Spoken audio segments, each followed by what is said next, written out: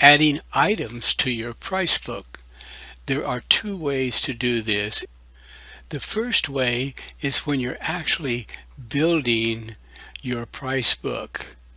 And in that case, you want to have most of your divisions and the appropriate subdivisions already typed in. The second way, generally speaking, once you've established your price book and you're adding items to it as you bid and come up with different things that need to be in there, is to do it from an actual estimate. And we're going to cover both ways. First, open up your item list, either from the price book menu and PB item list, or from the side toolbar where it says PB item list.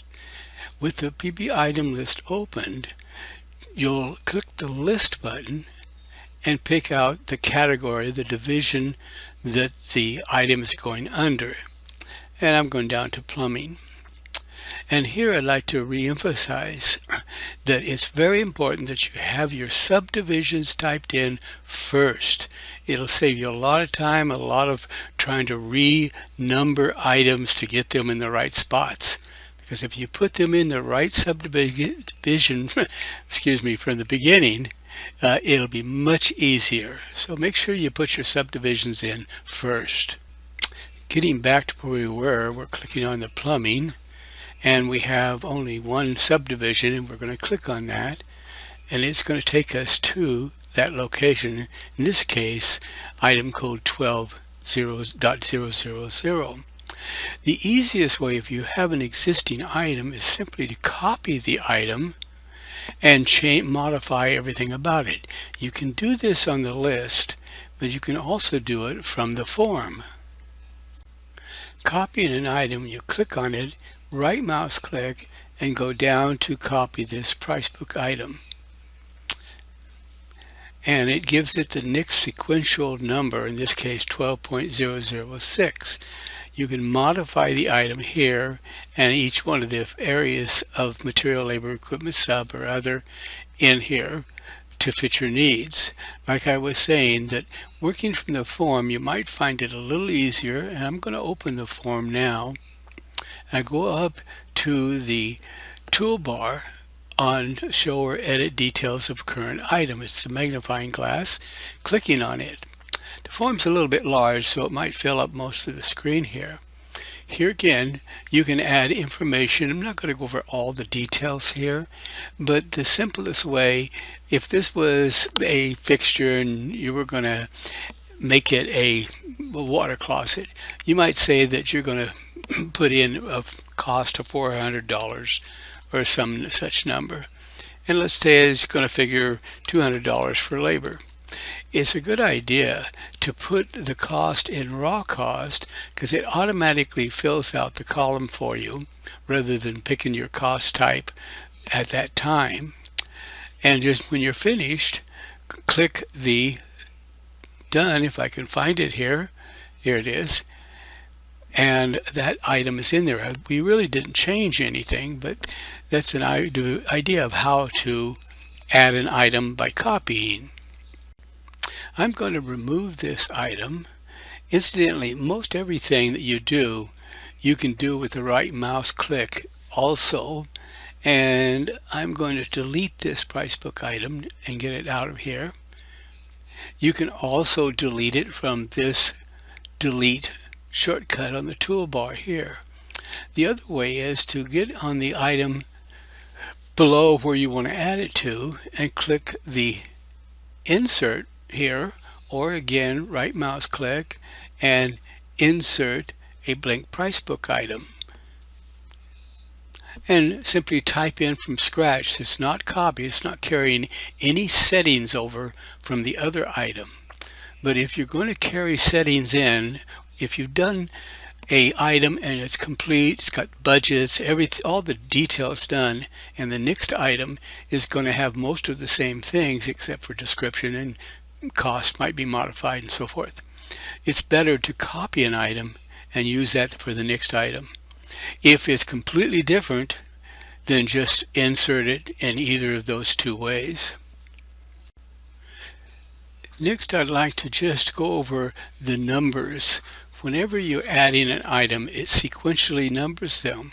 If you think in the future you might need something in between two items, then click in the item description, click again, and you'll see a vertical bar. In this case, I'm going to backspace that and the 0 and make it 15 because I've got a 10 below. Just make it 15. This is going to modify the location of it and put it after the 10. You'll see how it shifted it right down. So it's a good idea if you know you're going to need items in between these. You don't want to do it later down the road because it's going to really mess up any assemblies, any work packages you have that are associated with items if they get renumbered down the stream. So you want to do it up front if you possibly can. Adding items to your price book in what we've just previously discussed is probably the best initial way. However, if you've gotten most of your items in or many in, I'm going to close this window here.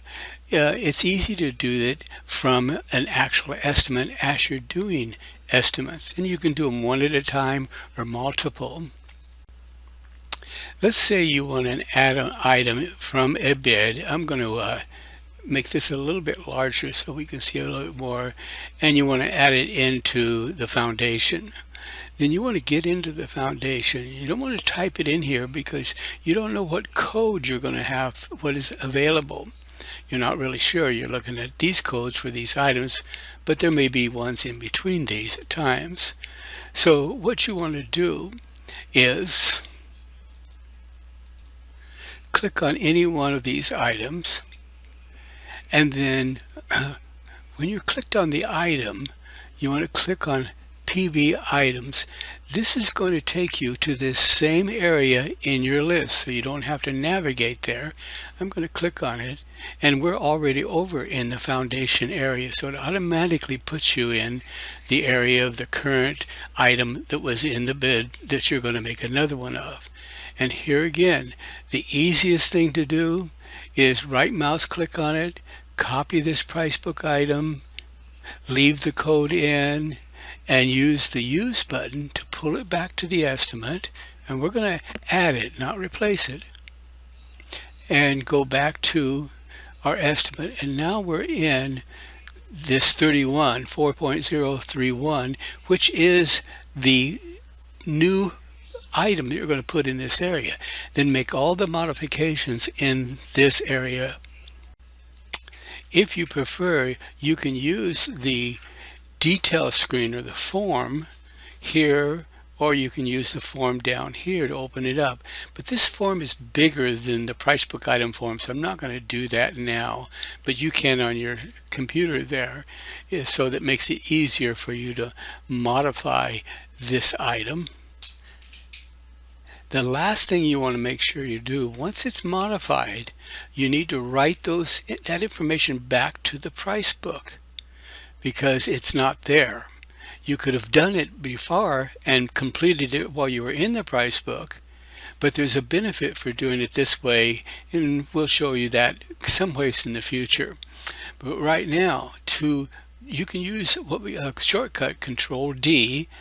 I'll show you where it's at here. Update to and from. You see where it says Control U, Control D?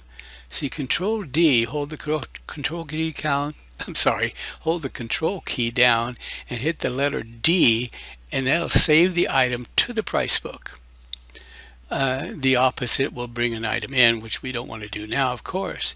If you click here, it'll open up the actual screen, and you'll update price book items from the bid, and you want the highlighted item. Here again, you can update lots of items, but we're only dealing with one added item. So you make sure you do the Control D. I'm going to cancel out of here, which will modify that. I'm going to hold my Control key down and hit the D key, and you'll see it's just flashed at us. But when we go back to the item in here, you will see any of the changes that you made on this item here. You may find it beneficial to review this video a few times before it's really clear to you.